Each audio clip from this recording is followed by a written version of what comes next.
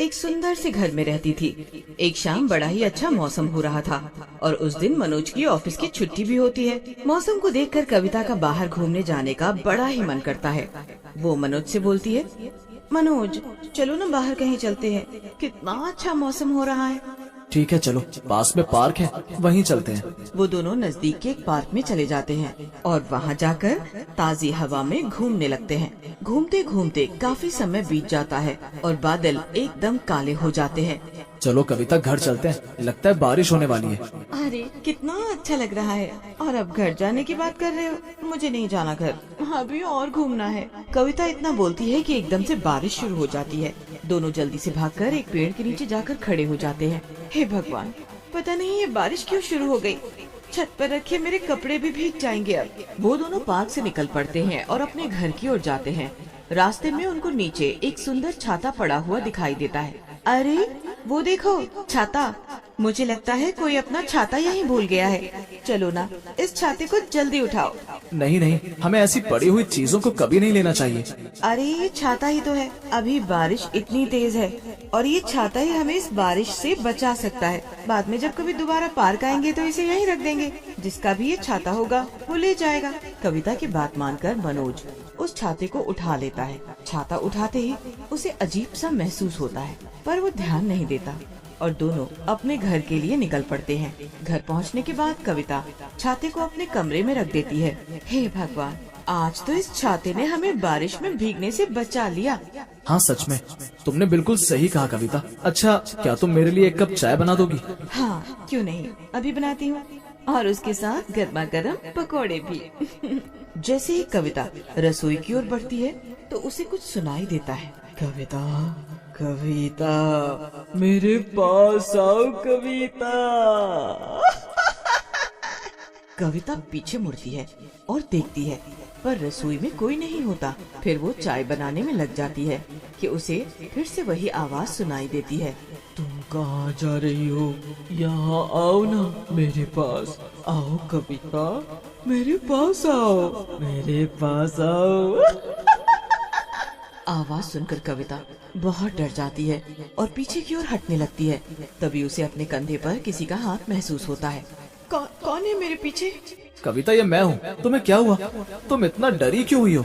ओह मनोज, ये तुम हो? मुझे लगा कि कोई और है। हमारे अलावा यहाँ और कौन मौजूद हो सकता है? मुझे लगता है तुम बहुत थक गई हो। मुझे बार बार एक आवाज सुनाई दे रही थी, जैसे मेरा नाम लेकर कोई मुझे पुकार रहा हो। और पता है, वो आवाज मेरे कमरे से आ रही थी। ऐसा कुछ भी नहीं है कविता, तुम बस आराम करो और मैं चाय अपने हिसाब से बना लूंगा। मनोज कविता की बातों पर ज्यादा ध्यान नहीं देता है और अपने लिए चाय बनाने के लिए रसोई में चला जाता है। कविता अपने कमरे में जाकर लेट जाती है कि तभी उसे फिर से वही आवाज आती है। कविता डर कर बैठ जाती है, ध्यान से आवाज सुनने की कोशिश करती है। आवाज कहीं और से नहीं बल्कि उस छाते से आ रही होती है और वो छाता अपने आप हिल रहा होता है। कविता डर कर कमरे से भागती है। छाता एकदम नीचे गिर पड़ता है और अपने आप खुल जाता है। छाता खुलते ही उसमें से एक चुड़ैल बाहर आती है। कहाँ गई ये औरत? इसे मैं जिंदा नहीं छोड़ूंगी, और फिर इसके मरने के बाद ही तो इसका पति मेरा हो पाएगा। जब उसने मुझे सड़क से उठाया, मुझे तो तभी उससे प्यार हो गया था। अब चाहे कुछ भी हो जाए, मैं इसकी बीवी की जान लेकर रहूंगी और हमेशा इसके पति के साथ रहूंगी। उसके बाद चुड़ैल छाता उठाती है और घर के बाहर बारिश में घूमने लगती है। दूसरी ओर रसोई में कविता अपने पति को सारी बात बता रही होती है, पर मनोज को अभी भी उसकी बात पर यकीन नहीं होता। कविता, अब आप ये सब भूल जाओ और आराम करो। कविता मनोज की बात मानकर फिर से अपने कमरे में जाती है और देखती है कि छाता अपनी जगह पर नहीं है। जैसे ही वो उस छाते को ढूंढने लगती है तो उसकी नजर खिड़की के बाहर जाती है। बाहर बहुत तेज बारिश हो रही होती है और एक भयानक शक्ल की चुड़ैल उसी छाते को लेकर बारिश में घूम रही होती है। कविता तो उस चुड़ैल को देखकर एकदम बर्फ की तरह वहीं जम जाती है। उसके मुंह से चिल्लाने की भी आवाज नहीं निकलती। वो तो बस टकटकी लगाए बाहर देखती रहती है और एकदम वो चुड़ैल सामने से गायब हो जाती है। कविता को होश आता है कि तभी चुड़ैल उसके पीछे खड़ी होकर उसके कंधे पर अपना हाथ रख देती है। मनोज, मनोज, ये तुम ही हो ना? मुझे पता है कि ये तुम ही हो मनोज। प्लीज ऐसे मजाक मत करो। पता है, मैंने अभी सामने एक चुड़ैल को उस छाते के साथ बाहर देखा। कविता, कविता। आवाज सुनकर कविता सहम जाती है। जैसे ही वो पीछे मुड़ती है तो वो चुड़ैल को देखकर कांप उठती है। वो वहाँ से भागने की कोशिश करती है, लेकिन चुड़ैल अपने छाते की मदद से कविता को अपनी तरफ खींच लेती है। कविता चुड़ैल की ओर खींचती चली आती है। कविता वहाँ से भागने के लिए चुड़ैल से छाता छीनने की कोशिश करती है, लेकिन चुड़ैल की जादुई शक्तियों की मदद से चुड़ैल कविता को छाते के साथ ही हवा में लटका देती है। मुझे छोड़ दो, मैंने तुम्हारे साथ कुछ भी गलत नहीं किया है, फिर तुम मुझसे क्या चाहती हो? मैं तुम्हारे पति से प्यार करती हूँ, वो मुझे बहुत पसंद है, इसलिए मैं तुम्हें मार डालूंगी और तुम्हारा शरीर लेकर पूरी जिंदगी मनोज के साथ ही बिताऊंगी। नहीं नहीं, ऐसा मत करो, मुझे और मेरे पति को छोड़ दो, ऐसा मत करो। कविता बार बार जादुई छतरी से छूटने की कोशिश करती है, पर बार बार नाकामयाब हो जाती है और फिर वो मदद के लिए अपने पति मनोज को बुलाती है। कविता की बात सुनकर मनोज रसोई से भागता हुआ कमरे में आता है। वो चुड़ैल को देखकर सहम जाता है और फिर जब वो अपनी बीवी कविता को छाते के साथ हवा में लटका देखता है तो जोर जोर से चिल्लाने लगता है। कविता, कविता। मनोज, मनोज मुझे बचा लो, मुझे बचा लो मनोज। ये चुड़ैल मुझे मारना चाहती है ताकि मेरे शरीर में आकर ये तुम्हारे साथ बीवी बनकर रह सके। मैं ऐसा बिल्कुल भी नहीं होने दूंगा, छोड़ दो मेरी बीवी को। मनोज अपनी पत्नी को बचाने के लिए उसे धक्का देता है। चुड़ैल गुस्से से एकदम लाल आंखें कर लेती है।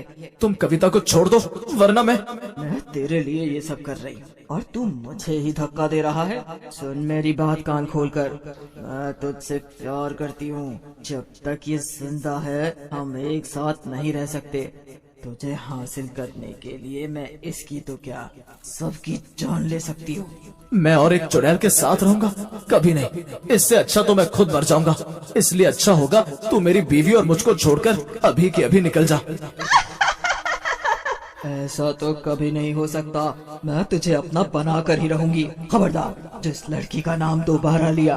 मनोज कविता को बचाने के लिए चुड़ैल से लड़ जाता है, पर वो चुड़ैल का कुछ नहीं बिगाड़ पाता। उसके बाद वो सोचता है कि क्यों ना कविता को बचाया जाए। फिर वो कविता को बचाने की कोशिश करता है, लेकिन उसकी सभी कोशिश नाकामयाब ही रहती है और वो कविता को नहीं पकड़ पाता।